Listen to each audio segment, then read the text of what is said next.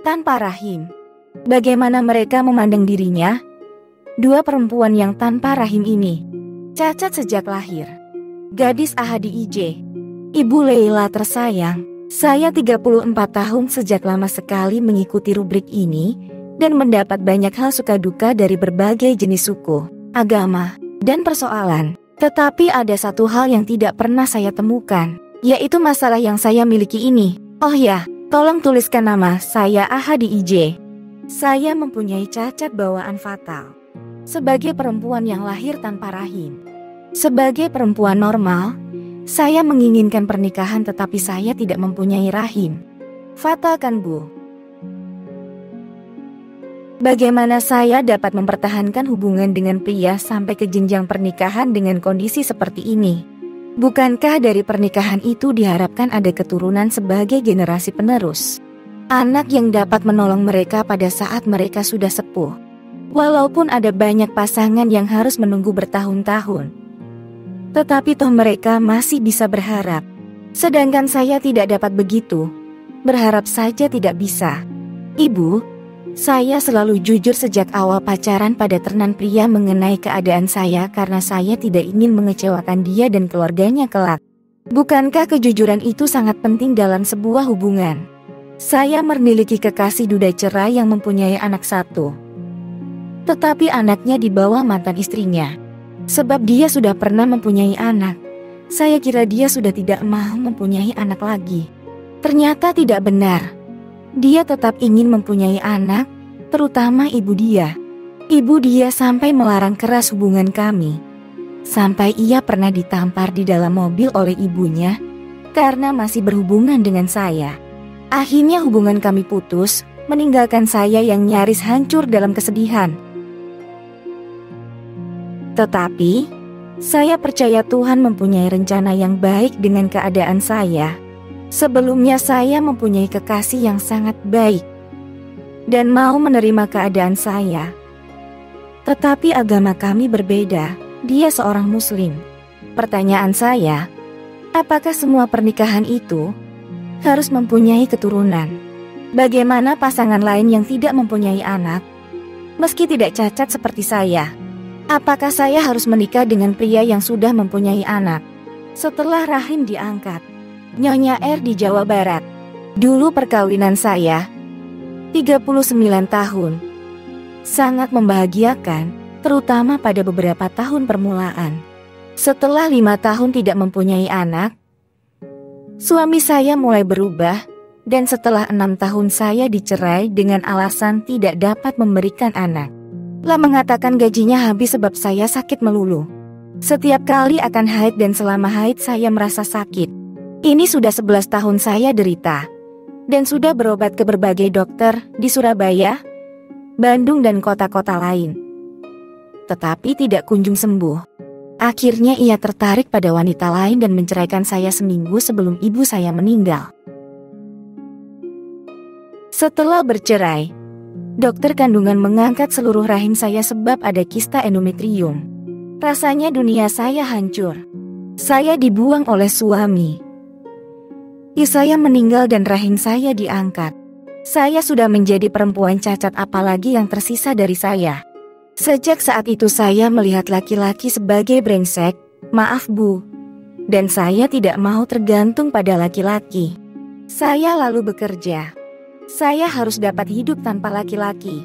Setelah 6 tahun barulah saya ketemu batunya, menemukan pria yang baik sekali dan mencintai saya.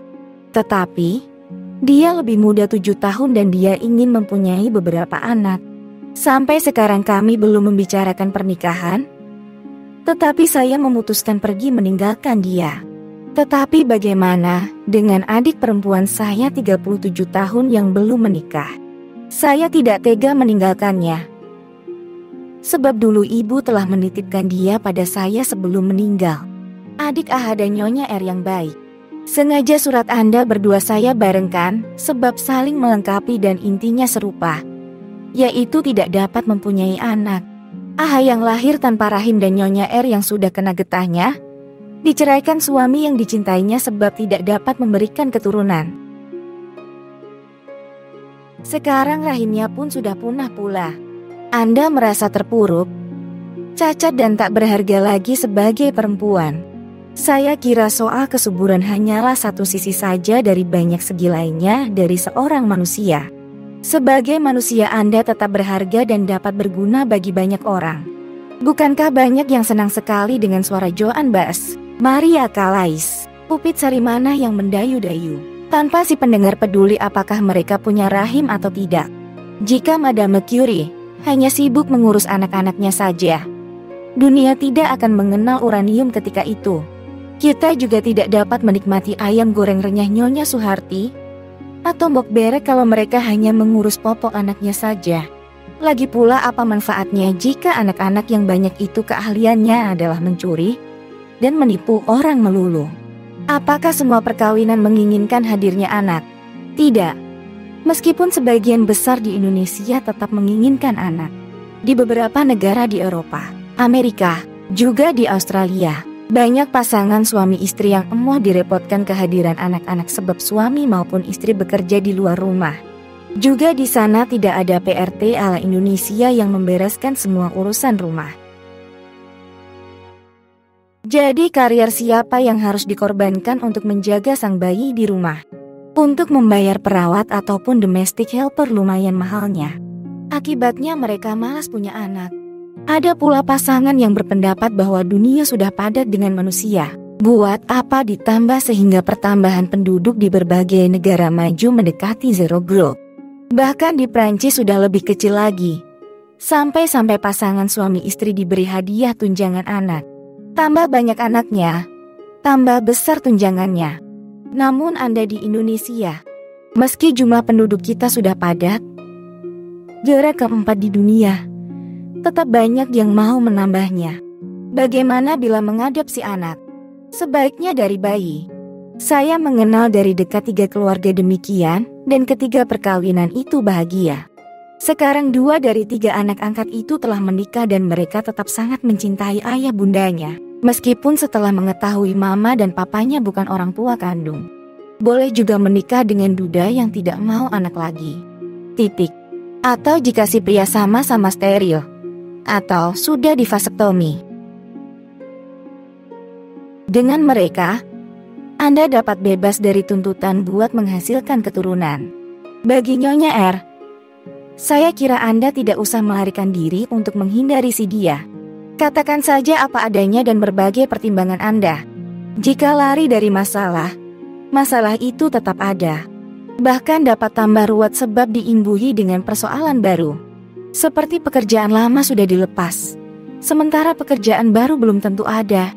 Pengeluaran bertambah, penghasilan berkurang. Mengenai amanat ibu almarhumah, beliau tentu tidak mau memberatkan salah seorang. Saya kira yang dimaksudkan adalah agar anak-anaknya saling akur dan tolong-menolong, bukan untuk mengasuhnya seperti anak kecil. Mungkin benar yang dikatakan Aha. Di balik kesedihan ini agaknya Tuhan yang Maha Kasih menyimpan tujuan yang lebih mulia. Sekarang banyak anak-anak yang membutuhkan pertolongan dan terlantar. Mungkin disitulah jalan yang perlu dirintis bagi yang belum mempunyai anak sendiri.